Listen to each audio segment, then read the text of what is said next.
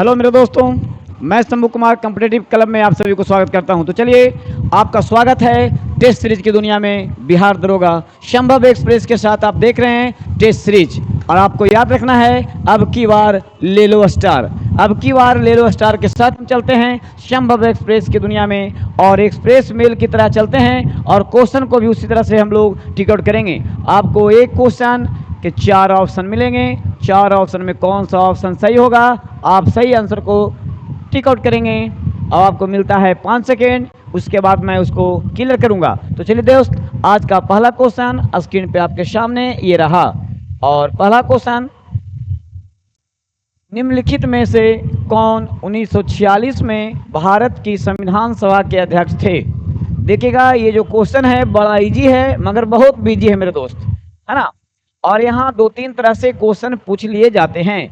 पहला तो पूछ लिया जाएगा कि अस्थायी अध्यक्ष, प्रथम अध्यक्ष, और इसमें पूछा जा रहा है मेरे दोस्त कि निम्नलिखित में कौन 1946 में भारत की संविधान सभा के अध्यक्ष थे। देखा जाए क्या आंसर हो सकता है। Doctor Rajendra Prasad, Jawaharlal Nehru, doctor BR Ambedkar, Sardar Vallabh भाई पटेल। मैं आशा रखता हूं कि आप लोग तो इसको टिक आउट कर लिए होंगे। तो इसका आंसर होगा मेरे दोस्त ऑप्शन ए, बिल्कुल सही जवाब, डॉक्टर राजेंद्र प्रसाद। चलिए दूसरे नंबर क्वेश्चन की तरफ बढ़ते हैं। और दूसरे नंबर का क्वेश्चन आपका स्क्रीन पे ये रहा। दूसरा क्वेश्चन ये रहा। दूसरा क्वेश्चन आपका है, प्रयाग प्रशस्ति की रचना निम्नलिखित में से किसके द्वारा संस्कृत में की गई। बौधायन, बाणभट्ट, भवभूति, हरिसेन। चलिए, तो प्रयाग प्रशस्ति इलाहाबाद समुद्रगुप्त के समय को आप अगर याद करते हैं तो आपको इला क्वेश्चन नंबर 2 का आंसर मिल जाएगा। डी ऑप्शन बिल्कुल सही जवाब, हरिसेन में। चलिए तीसरे नंबर क्वेश्चन आज का ये रहा मेरे दोस्त।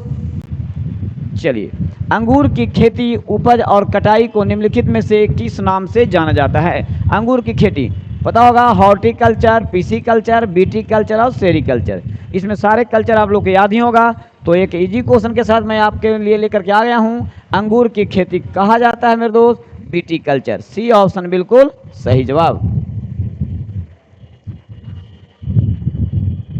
4 नंबर का क्वेश्चन आपके सामने ये रहा। जब फर्स्ट चलेंगे हम लोग, बैला डीला की पहाड़ियां बैल के कुब्बड़ की तरह दिखती है। सही बात। पहाड़ियों की यह श्रृंखला भारत में निम्न में से किस राज्य में स्थित है। तो बैला डीला देखिए लौह के लिए प्रसिद्ध है। कर्नाटक, तमिलनाडु, केरल या छत्तीसगढ़। चलिए, तो इसका आंसर होगा डी, बिल्कुल सही जवाब, छत्तीसगढ़। नेक्स्ट क्वेश्चन की तरफ बढ़ते हैं।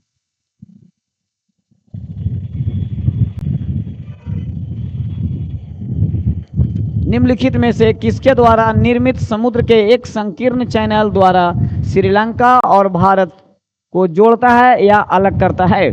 चलिए, तो मेसिना जलडमरू मध्य, पाक जलडमरू मध्य और मनार की खाड़ी, या मक्का सागर जलडमरू मध्य, या 8 डिग्री चैनल। कौन हो सकता है मेरे दोस्त। तो यहाँ ध्यान देखना है, श्रीलंका और भारत। श्रीलंका और भारत के लिए जो है आपका सटीक और सही जवाब पाक जलडमरू मध्य या मनार की खाड़ी संबंधित है मेरे दोस्त। चलिए, क्वेश्चन नंबर 6 आपका रहा स्क्रीन पे। देखिए 6 नंबर का क्वेश्चन क्या कह रहा है। सोनपुर पशु मेला हर साल भारत के निम्नलिखित में से किस राज्य में आयोजित किया जाने वाला मेला होता है। ये तो आप लोग को बहुत ही इजी में दिख गया होगा। चलिए, तो सोनपुर मेला जो लगता है वो आपका स्टेट हो जाएगा बिहार। क्लियर। नेक्स्ट क्वेश्चन की तरफ बढ़ते हैं। और अगला क्वेश्चन आपका ये रहा।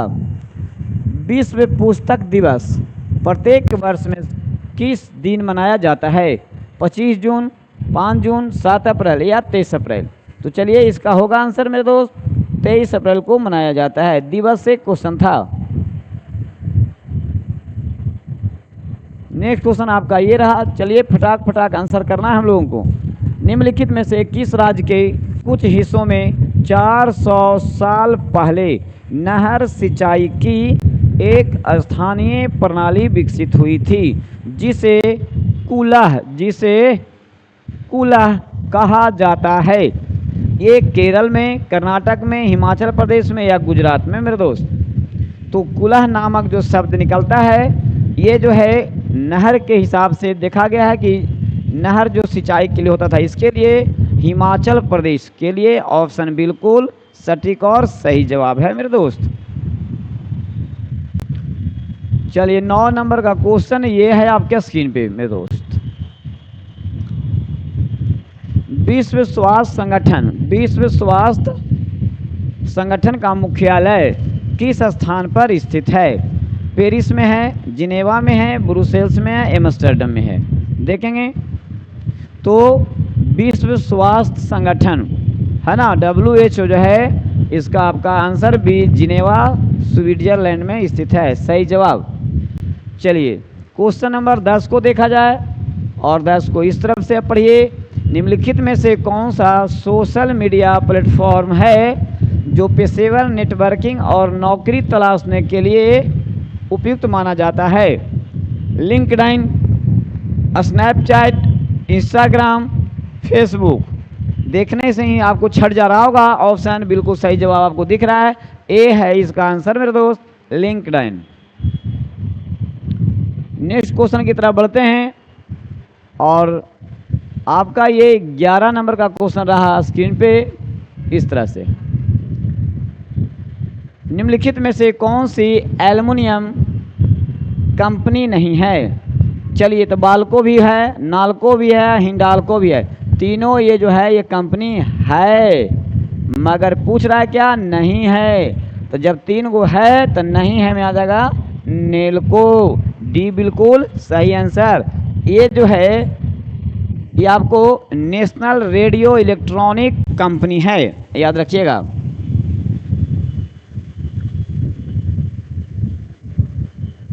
निम्नलिखित में से कौन सा राज्य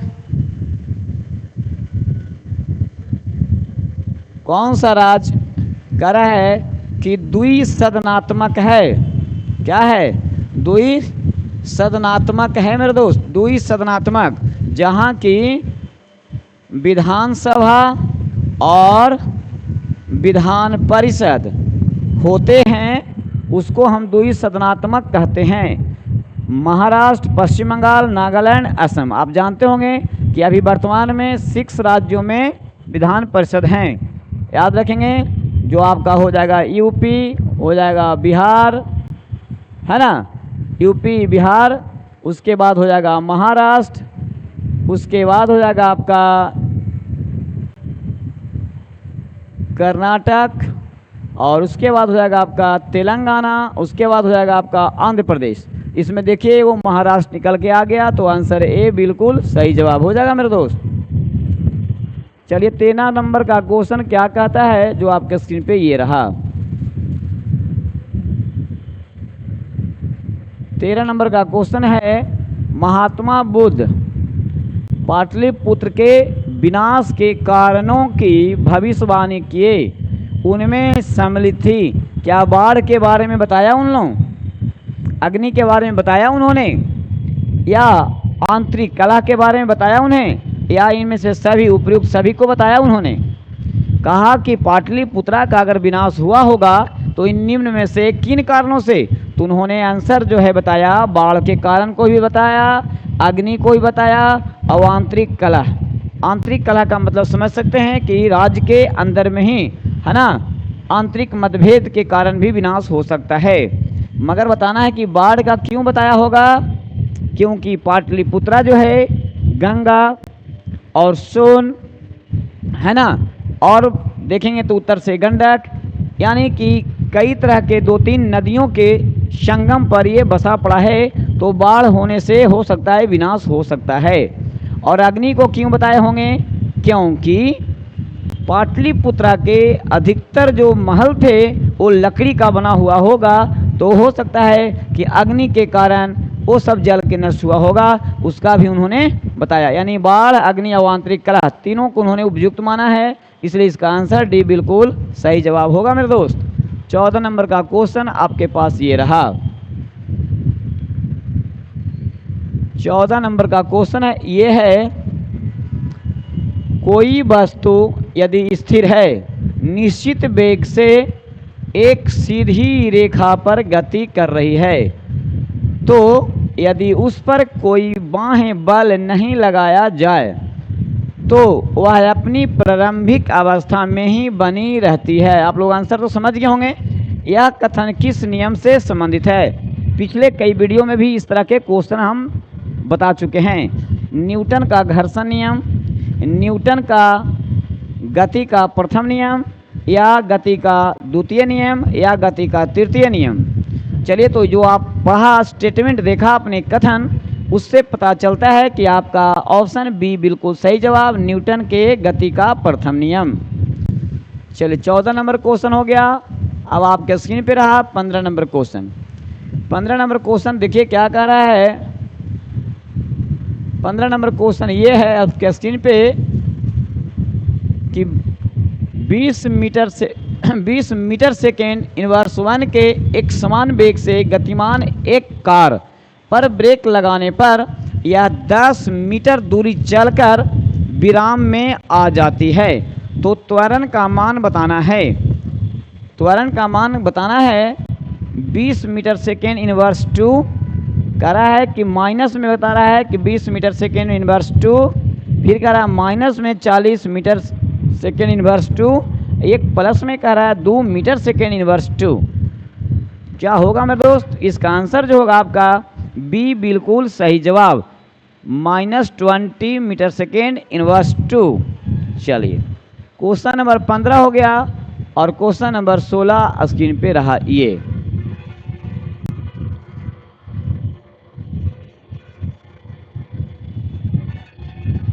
अस्थायी अवस्था में किसी वस्तु का ताप क्या होता है? क्या समय के साथ बढ़ता है, समय के साथ घटता है, समय के साथ नहीं बदलता तथा वस्तु के बिंदु पर समान होता है? और नेक्स्ट कह रहा है समय के साथ नहीं बदलता, ठीक है, लेकिन वस्तु के अलग अलग परिच्छेदों पर अलग अलग होता है। बिल्कुल ये आंसर सही है मेरे दोस्त, डी इसका आंसर सही होगा। चलिए, 18 नंबर क्वेश्चन आपका, 17 नंबर क्वेश्चन ये रहा। विद्युत चुंबकीय प्रेरण की घटना किससे संबंधित है? एक गतिमान कुंडली ले जाने वाली धारा चुंबक पर बल प्रेरित करता है। एक गतिमान चुंबक एक कंडक्टर के बंद लूप पर बल लगाता है। एक कंडक्टर का चलायमान बंद लूप दूसरे कंडक्टर के बंद लूप में एक ईएमएफ को प्रेरित करता है। यह है एक चलायमान चुंबक एक कंडक्टर के बंद पास में क्या कर रहा है, बंद पास में ईएमएफ प्रेरित करता है। आंसर इसका जो होगा मेरे साथी, विद्युत चुंबकीय प्रेरण की घटना संबंधित है एक चुंबक, चलायमान चुंबक एक कंडक्टर के बाद पास में ईएमएफ प्रेरित करता है, यानी डी बिल्कुल इसका सही जवाब होगा मेरे साथी। और क्वेश्चन का आंसर आपका आ गया यहाँ पे देखिए 18 नंबर का क्वेश्चन कह रहा है, जुलाई 2024 में भारत ने किस देश के साथ जैविक उत्पादों के व्यापार के लिए समझौता किया है? ताइवान से, इजराइल से, ब्राज़ील से या फ्रांस से? तो ये जैविक उत्पादों का जो समझौता हुआ है मेरे दोस्त, वो हुआ है आपका ताइवान से। कहाँ से हुआ है? ताइवान से। चलिए, 19 नंबर का क्वेश्चन ये देखना है, क्या कह रहा है 19 नंबर का क्वेश्चन। वर्ष 2025 में प्रयाग पूर्ण महाकुंभ मेला जो आपने देखा हाल ही में लगा था, वो कह रहा कितने दिनों तक के लिए आयोजित किया गया था? क्या 48 दिन या 40 दिन या 44 दिन? इसका आंसर कह रहा है होगा मेरे दोस्त 19 का डी 45 दिन के लिए। चलिए नेक्स्ट क्वेश्चन आपका रहा 20। ये रहा क्वेश्चन आपका। केंद्रीय मंत्री श्री गिरिराज सिंह इनके द्वारा शुरू की गई भारत की पहली फैशन पूर्वानुमान का नाम क्या रखा गया है? Trained actor, fashion forward, video next या स्टाइल स्कैन, क्या हो सकता है? चलिए तो इसका आंसर होगा मेरे दोस्त सी, बिल्कुल सही जवाब, वीडियो नेक्स्ट। 21 नंबर क्वेश्चन का देखिए। 21 नंबर क्वेश्चन क्या कह रहा है? निम्नलिखित में से कौन सी नदी अरब सागर में गिरती है? बताइए कौन सा नदी जो है, गोदावरी, महानदी, कृष्णा और माही। देखिएगा यहाँ पे इधर अरब सागर में गिरने वाला नदी पूछ रहा है, तो कौन सी नदी अरब सागर में गिरती है? तो गोदावरी, महानदी, कृष्णा, ये तीनों जो नदी है किधर गिरती है? बंगाल की खाड़ी में। और इधर जो गिरती है नर्मदा, ताप्ती, साबरमती, माही। इसका आंसर आपका हो गया दिल्ली, बिल्कुल सही जवाब। समझे? चलिए 21 नंबर का क्वेश्चन हो गया मेरे दोस्त। 22 नंबर का क्वेश्चन ये रहा आपके स्क्रीन पे। निम्नलिखित में से खरीफ फसल कौन सी है? तो गेहूं, जौ, चना हो गया रबी। और इसमें देखते हैं चावल, ये तो खरीफ हो गया, सरसों, जौ, रबी तो गलत वाला ऑप्शन दे दिया है। कपास, चावल, मक्का ये खरीफ है, कपास, सरसों, जौ दे दिया। तो कपास जो आएगा ये तो आएगा खरीफ में, मगर ये दोनों हो जाएगा रबी। तो आपका आंसर बिल्कुल सही जवाब सी होगा, कपास, चावल और मक्का।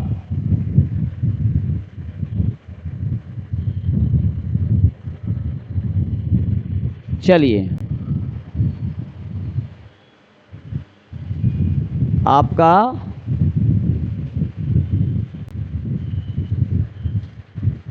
क्या कह रहा है क्वेश्चन, देखिएगा। सूची 1 सूची 2 को सम्मिलित कीजिए। सूची 1 और सूची 2 में कह रहा है कि डुरांड कप, डेविस कप, ईरानी cup, lady Ratan Tata cup trophy. और सूची में इधर है फुटबॉल, है ना, ये क्या हो गया, ठीक है, फुटबॉल, लॉन टेनिस, क्रिकेट और हॉकी, है ना।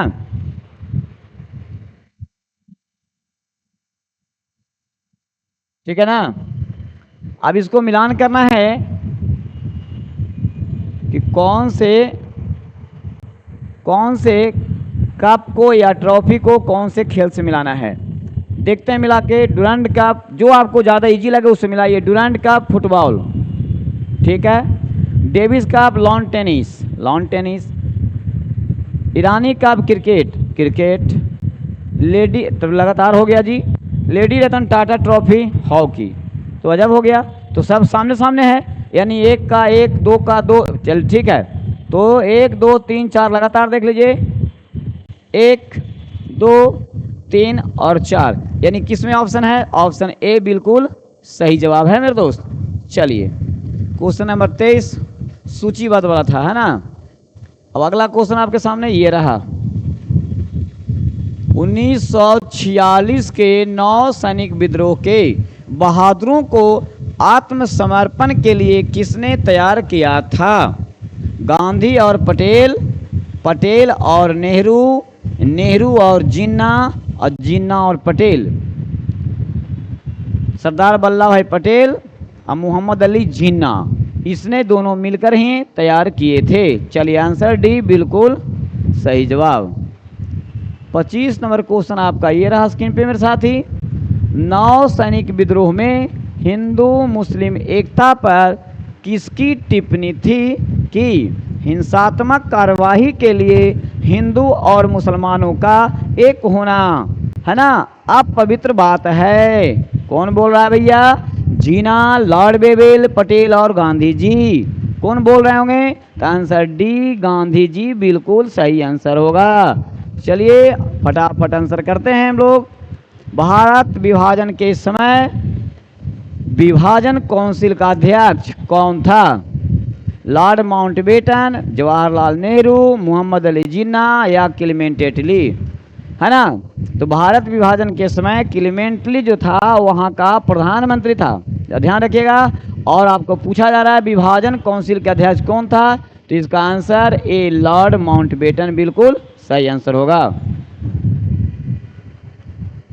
आगे देखना है, बड़ा इजी क्वेश्चन है मगर बहुत बिजी क्वेश्चन है मेरे दोस्त। देखिए क्वेश्चन, एक क्वेश्चन जो है पॉलिटी का बहुत धांसू क्वेश्चन में से एक है, निम्न में से किस संशोधन अधिनियम को बंदोबस्त कानून, बंदोबस्त कानून कहने का मतलब हो गया है ना एक्ट ऑफ सेटलमेंट, याद रखिएगा सेटलमेंट की बात कर रहा है। Regulating act 1773, Pitt's India act 1784, संशोधन अधिनियम 1781 या चार्टर कानून 1813। तो याद रखना मेरे दोस्त, एक्ट ऑफ सेटलमेंट जो था वो इसका आंसर होगा संशोधन अधिनियम 1781, सी बिल्कुल सही जवाब होगा मेरे दोस्त।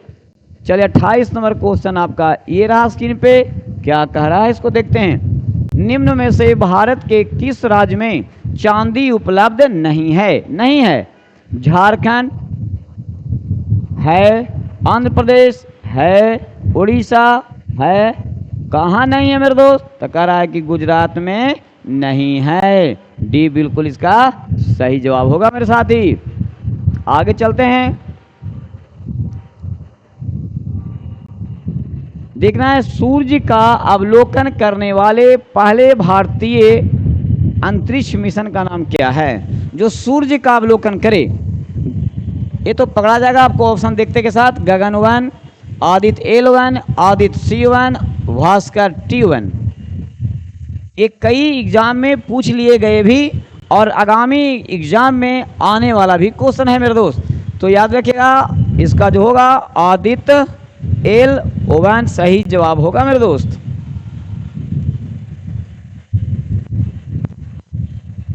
जो भी क्वेश्चन आप देख रहे हैं, पढ़ रहे हैं, आप आंसरिंग कर रहे हैं, ये सारे VIP क्वेश्चंस हैं, किसी न किसी एग्जाम में पूछ लिए गए हैं या पूछे जाएंगे, श्योर एंड सर्टेन, ध्यान रखना है। 30 नंबर क्वेश्चन कह रहा है मेरे दोस्त, भारत का कार्यपालिका अध्यक्ष कौन है? कार्यपालिका अध्यक्ष, एक विधायिका अध्यक्ष, याद रखेंगे राष्ट्रपति, प्रधानमंत्री, विरोधी दल के नेता या भारत सरकार का मुख्य सचिव कौन होता है? तो भारत का याद रखना है कार्यपालिका अध्यक्ष जो होता है मेरे दोस्त वो होते हैं राष्ट्रपति। चलिए 31 नंबर क्वेश्चन आपका स्क्रीन पे ये रहा, क्या है 31 नंबर क्वेश्चन देखा जाए। राजनीति शब्दावली में शून्यकाल, देखिए ये भी क्वेश्चन में से आता है, शून्यकाल और प्रश्नकाल वाला का अर्थ होता है वह दिन जब संसद में कोई कार्य नहीं होता है, या निलंबित प्रस्ताव, या स्थगन काल, या प्रश्न उत्तर का सत्र, क्या हो सकता है? तो इसका आंसर होगा मेरे दोस्त सी बिल्कुल सही जवाब, स्थगन काल को ही हम शून्यकाल की संज्ञा देते हैं। चलिए नेक्स्ट क्वेश्चन आ गया आपका, ये क्या क्वेश्चन कर रहा है ध्यान देंगे। कह रहा है भारत शासन द्वारा राजकीय चिन्ह अंगीकृत किया गया। चलिए अशोक स्तंभ के बारे में ले लिया गया है क्वेश्चन। तो 15 अगस्त 48 को, 2 अक्टूबर 1947 को, 26 जनवरी 1948 को और 26 जनवरी 1950 को राजकीय चिन्ह को कब अंगीकृत किया गया मेरे दोस्त? डी इसका आंसर बिल्कुल सही जवाब है, 26 जनवरी 1950 को। चलिए नेक्स्ट क्वेश्चन की तरफ बढ़ते हैं हम लोग, और नेक्स्ट क्वेश्चन रहा ये, क्या कहा जा रहा है? केंद्र तथा राज्यों के विवादों का समाधान भारतीय सर्वोच्च न्यायालय के किस क्षेत्राधिकार के अंतर्गत आता है? उनके इतना अधिकार दिया गया है, परामर्शदात्री, अपीलीय, संवैधानिक या प्रारंभिक। इसका आंसर होगा डी बिल्कुल सही जवाब मेरे दोस्त, प्रारंभिक। 34 नंबर क्वेश्चन आपके पास ये रहा, इस क्वेश्चन को आप लोग देखिए, कौन सा कथन सत्य है? क्या कथन है? कथन है ध्वनि सीधी रेखा में गति करती है, बिल्कुल सही जवाब है। ऊर्जा का क्षय होता है, नहीं होता है, उत्पन्न होता है, नहीं होता है, हर जगह पर एक समान नहीं होता है, गलत। आपका आंसर बिल्कुल ए सही होगा मेरे दोस्त। चलिए 35 नंबर क्वेश्चन आपका पास आ गया है, यह है आपका 35 नंबर क्वेश्चन। जब किसी वस्तु को किस पर रखा जाता है तो हम एक वास्तविक और समान आकार की छवि प्राप्त कर सकते हैं। कहता है जब किसी वस्तु को पर, माने कहाँ पर पूछ रहा है, कहाँ पर रखा जाता है, तो अवतल दर्पण पर, उसके एफ पर, अवतल दर्पण पर पी और एफ के बीच, अवतल दर्पण पर एफ पर, अवतल दर्पण पर उसके केंद्र पर सी पर। तो इसका वास्तविक और सही आकार पाने के लिए आपका अवतल दर्पण के केंद्र पर रखा जाएगा सी पर। चलिए 36 नंबर क्वेश्चन ये है मेरे दोस्त, जूल गुने सेकंड है ना, कह रहा है कि जूल गुने से सेकंड है किसका मात्रक है, ऊर्जा का, संवेग का, कोणीय संवेग का या शक्ति का। चलिए तो इसका आंसर होगा मेरे दोस्त सी, बिल्कुल सही जवाब होगा कोणीय संवेग का। 37 नंबर क्वेश्चन को चलते हैं लेकर के, ये रहा आपका 37 नंबर क्वेश्चन। 37 नंबर क्वेश्चन है एडिपिक अम्ल के हेक्सामिथिलीन डायएमीन के संघनन से कौन सा नायलॉन प्राप्त होता है। सभी नायलॉन हैं 66, 76, 65, 97। कौन सा नायलॉन प्राप्त किया जा सकता है मेरे दोस्त, तो 66 जो है नायलॉन प्राप्त किया जाएगा। ए आंसर बिल्कुल सही जवाब होगा मेरे दोस्त। चलिए 38 नंबर क्वेश्चन क्या कह रहा है, यहाँ देखिए, यह देखिए 38 नंबर क्वेश्चन आ गया आपके सामने, और ये क्वेश्चन है कि जीएसटी अपीलीय न्यायाधिकरण के प्रमुख पद पर किसे नियुक्त किया गया है हाल फिलहाल में। Sanjay Kumar Mishra, S R Khurana, Ved Prakash Sharma, Jaishankar Tripathi. कौन हो सकते हैं मेरे दोस्त, जो आपको अच्छा लगता है उसको आप टिक आउट कर सकते हैं। तो ए बिल्कुल सही जवाब है संजय कुमार मिश्रा। चलिए तो नेक्स्ट क्वेश्चन की तरफ बढ़ते हैं। 39 नंबर का क्वेश्चन आपके सामने ये रहा।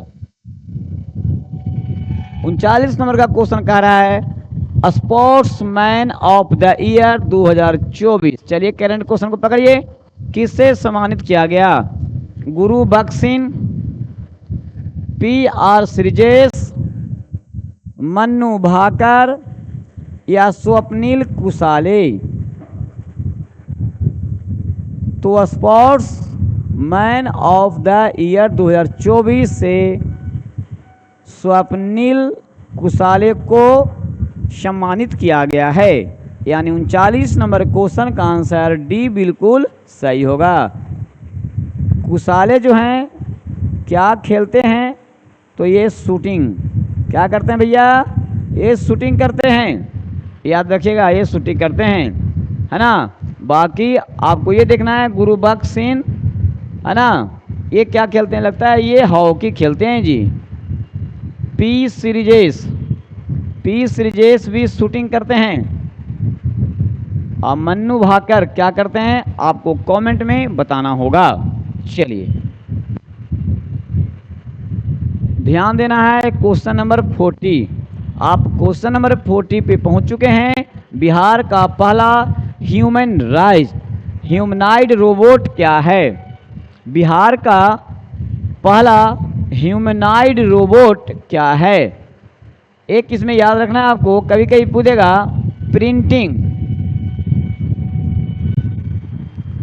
एक पूछेगा प्रिंटिंग ह्यूमनाइड रोबोट कौन है, लेकिन इसमें तो वो नहीं पूछ रहा है ना।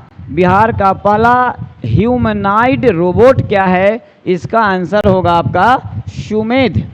और अगर पूछ देगा प्रिंटिंग ह्यूमनाइड रोबोट क्या होगा, वो होगा आपका मानव। जरा ध्यान रखिएगा, 40 का आंसर ए बिल्कुल सही जवाब। चलिए क्वेश्चन नंबर हम 41 के पास पहुंचते हैं साथी। 41 का आंसर आपका क्या होगा, पढ़िए और टिक लगाइए। नव वर्ष का पारंपरिक त्यौहार जिसका नाम है आषाढ़ी बीज, आषाढ़ महीने में भारत के किस राज्य में मनाया जाता है, महाराष्ट्र, गुजरात, राजस्थान, उड़ीसा। ध्यान देना है। और महीना क्या पूछ रहा है, आषाढ़, इसी से नाम पता चलता है आषाढ़ी बीज। ये मनाया जाता है मेरे दोस्त गुजरात, बिल्कुल इसका सही जवाब होगा। चलिए 42 नंबर क्वेश्चन आ गया आपके पास में। अब देखना है 42 नंबर क्वेश्चन का आप आंसर क्या लगाते हैं। निम्नांकित में से कौन सा एक संविधान का अंग नहीं है। संविधान का अंग नहीं भैया, मतलब कि संवैधानिक तौर तरीके से काम नहीं करता है। इसका नाम है निर्वाचन आयोग, संवैधानिक है। वित्त आयोग संवैधानिक है। अंतर्राज्यीय परिषद ये संवैधानिक है। नीति आयोग एक गैर संवैधानिक है। इसका आंसर डी बिल्कुल सही जवाब होगा। नीति आयोग जो है किसके जगह पे लाया गया है, तो आप तो जानते होंगे योजना आयोग के बदले में लाया गया है। चलिए क्वेश्चन नंबर 43 आपके पास ये रहा मेरे साथी। क्वेश्चन नंबर 43 फटाफट लगाना है। मंत्रिपरिषद सामूहिक रूप से उत्तरदायी होता है राष्ट्रपति के प्रति, संसद के प्रति, लोकसभा के प्रति, सर्वोच्च न्यायालय के प्रति। तो यहाँ पूछ रहा है सामूहिक रूप से रहेगा तो मारना है आपको लोकसभा के प्रति। डी इसका सी बिल्कुल सही जवाब होगा मेरे साथी, लोकसभा के प्रति। यही पूछ देगा कभी कभी व्यक्तिगत रूप से। कैसे? व्यक्तिगत रूप से अगर पूछ देगा तो हो जाएगा राष्ट्रपति। क्या हो जाएगा? राष्ट्रपति के हिसाब हो जाएगा इसका क्लियर। चलिए 44 नंबर क्वेश्चन आपका ये रहा स्क्रीन पे। 44 नंबर का क्वेश्चन क्या है भाई, देखना ये है मेरे दोस्त। देश का 25वां है ना, कितना 25वां हाई कोर्ट, 25वां हाई कोर्ट कौन सा बना है। तो सबसे लास्ट में जो राज्य बना होगा इसमें से देख लीजिए, Telangana high court, Uttarakhand high court, Jharkhand high court, Manipur high court. तो देश का 25वां हाई कोर्ट जो बना होगा वो तेलंगाना हाई कोर्ट ही सही जवाब है मेरे दोस्त। चलिए 45 नंबर का क्वेश्चन ये रहा आपके स्क्रीन पे।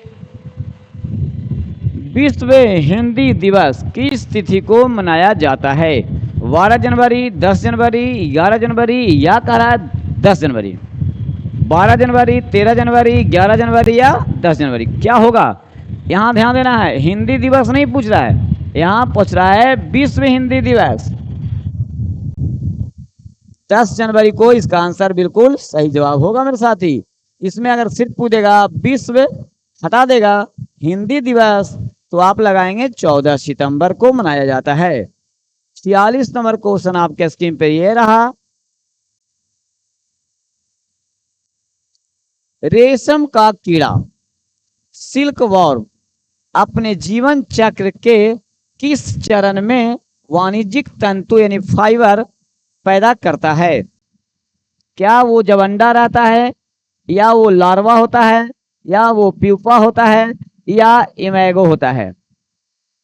चलिए तो इसका सटीक आंसर होगा मेरे दोस्त जब वो कोशिका प्यूपा होता है। चलिए 47 नंबर क्वेश्चन आपके स्क्रीन पर ये रहा। 47 नंबर क्वेश्चन कह रहा है पर्वत एवं पहाड़ के बीच की भूमि कहलाता है। क्या कहा जाता है भाई? घाटी, जंगल, बेल्ट, इनमें से कोई नहीं। तो पर्वतीय क्षेत्र में हम चाहते हैं तो पर्वत और पहाड़ यानी दोनों के बीच का जो जगह होता है उसे घाटी कहा जाता है मेरे साथी। जैसे आपने पढ़ा होगा दून की घाटी, है ना।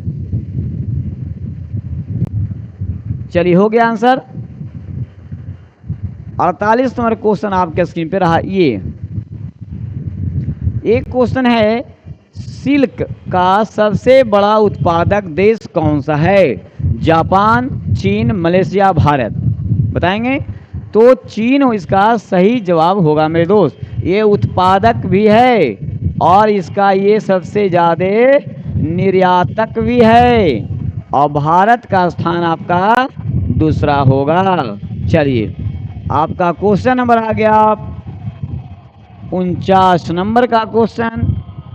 कारगिल युद्ध के समय पाकिस्तान का प्रधानमंत्री कौन था। तो आप याद रखेंगे कारगिल युद्ध 1999। बेनजीर भुट्टो, नवाज शरीफ, परवेज मुशर्रफ, अयूब खान, कौन होगा भाई? चलिए तो इसका आंसर होगा नवाज शरीफ, बिल्कुल सही जवाब, ऑप्शन बी सटीक जवाब इसका। चलिए आज का आपका अंतिम क्वेश्चन ये है आपके स्क्रीन पे। ये तो मैं बताऊंगा, लेकिन आपको सबसे पहले बताना होगा। आइए 50 नंबर क्वेश्चन आपके लिए कमेंट में मेरा इंतजार रहेगा कि एस्किमो के घर बने होते हैं बर्फ के, फूस के, लकड़ी के या पत्थर के। जो आपका सटीक जवाब लगे मेरे दोस्त, अब बहुत इजी क्वेश्चन है ना। इस क्वेश्चन को आप ऑप्शन देख करके आप टिक करेंगे और कमेंट में जरूर लिखेंगे। इंतजार रहेगा कितने लोग सही आंसर कर पाते हैं। तो चलिए इस 50 नंबर का क्वेश्चन के साथ मैं विदा लेता हूं मेरे दोस्त। और ये सेशन आपको कैसा लगा आप कमेंट बॉक्स में जरूर लिखेंगे मेरे दोस्त। और एक बार दबा के लाइक शेयर जरूर करेंगे। अगर आप पहली बार विजिट किए हैं मेरे इस चैनल को तो आप दुलार प्यार बनाए रखें और एक बार सब्सक्राइब करना ना भूलें मेरे दोस्त।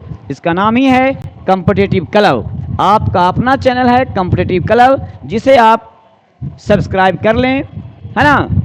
बेल आइकन दबा दें ताकि आपको नोटिफिकेशन मिलता रहे। तो चलिए इस क्वेश्चन के साथ में मैं विदा लेता हूं, फिर मिलेंगे नेक्स्ट एपिसोड में अगले वीडियो के साथ। जय हिंद दोस्तों, जय हिंद।